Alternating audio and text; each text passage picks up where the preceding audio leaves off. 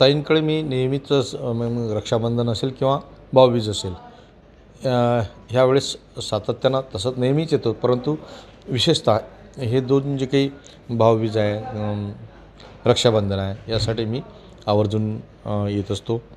आम्ही एक कौटुंबिक म्हणून सामाजिक बांधिलकी जपत हे दोन्ही सण साजरे करतो. मागल्या वेळेससुद्धा भाऊबीज आजची थोडी त्यांनाही खंत आहे, मलाही खंत आहे की जे काही आज बळीराजाच्या बाबतीतला विचार केला तर निश्चितच शेतकऱ्यांची परिस्थिती अतिशय कठीण आहे. आणि या कठीण परिस्थितीत आपण सरकारमध्ये नाही, परंतु त्यांना धीर देणं तरी आपलं गरजेचं आहे. म्हणून तुम्ही पाहिलं असेल तर मी दिवाळीच्या दिवशीसुद्धा शेतकऱ्यांच्या बांधावर गेलो होतो. शेतीचं जे काही नुकसान झालं, पण शेतकऱ्यांच्या अजूनही पैसे खात्यात आले नाही. शेतकऱ्यांच्यासाठी घोषणा होत आहे सातत्यानं, हे पॅकेज ते पॅकेज ते पॅकेज, परंतु शेतकऱ्यांच्या अजून अनेक शेतकऱ्यांच्या खात्यात एक पैसासुद्धा आला नाही. म्हणून त्यांची दिवाळीसुद्धा अंधारात गेली. रोजगार हमीचे पैसे न मिळाल्यामुळे रोजगारांचे कष्टकऱ्यांचीसुद्धा दिवाळी अंधारात गेली. ही जी दिवाळी आहे, ही दिवाळी सामान्य माणसाच्यासाठी अतिशय एक वेगळी दिवाळी गेली. म्हणून आम्ही त्या दिवाळीच्या सणातसुद्धा सहभागी झालो होतो. दादांचं माझं नातं असं आहे, सख्खा नसेल तरी माझा पक्का भाऊ आहे. आणि खऱ्या अर्थानं सामाजिक समतोल, राजकारण, वैयक्तिक आयुष्य याच्यामध्ये आम्ही सगळेजणं कुटुंब म्हणून राहतो आणि कुटुंब म्हणूनच सगळे सण साजरे करतो. पण ह्यावेळेसची दिवाळी अतिशय शांत दिवाळी होती.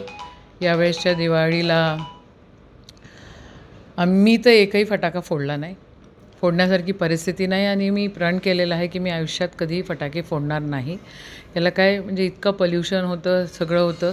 पण त्याच्याही पलीकडे यावर्षी तर सोयाबीनचा एवढा वांदा झाला शेतकऱ्यांची. म्हणजे तुम्ही जर ग्रामीण भागात गेलात गावांमध्ये तर खूप शांत शांत दिवाळी होती. देवाला हीच प्रार्थना आहे की बळीराजा सुखाव, बळीराजाचे चांगले दिवस येऊ आणि आपल्या देशामध्ये एकता, आपल्या देशामध्ये बंधुभाव हा नेहमीसाठी राहो आणि आपण सगळे सुखानं राहू. हो, लोकसभेमध्ये काम करतात. भाऊंकडून एक नागरिकांसाठी, शेतकऱ्यासाठी काय अपेक्षा असणार आहे? काय भाऊला साकडा घातलं तुम्ही, काय बोलले? बघा, काही लोक ॲक्टिंग आणि तमाशा करतात, पण बळवंतदादा जर तुम्ही बघितले तर जेन्युइनली शेतकऱ्यांचे विषय, विधानसभेचे, लोकसभेचे विषय अतिशय म्हणजे मनातून काम करतात.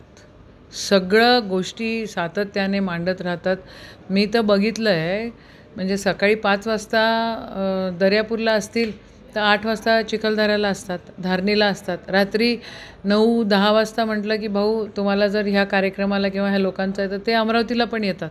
एवढा फिरणारा खासदार आणि खऱ्या अर्थानं जेन्युइनिटी ठेवून जमिनीवर काम करणारी व्यक्ती आपल्यासोबत आहे. आणि बळवंतदादा खासदार आहे याचा आम्हाला खरोखर म्हणजे कृतज्ञता आहे सगळ्या जनतेची की असा खासदार आपण सगळ्यांनी निवडून दिला. आणि भरपूर काम करायचं आहे. विचित्र वेळ आहे. एक दुसऱ्यांच्या जातीमध्ये, धर्मामध्ये भांडणं काही लोक लावत आहेत. तुम्ही बघा पुण्याला काय झालं. पण आम्ही जे सगळे आहोत, आम्ही सगळेजणं एकीची भूमिका घेतो आणि सगळेजणं सातत्यानं एक सोबत असतो.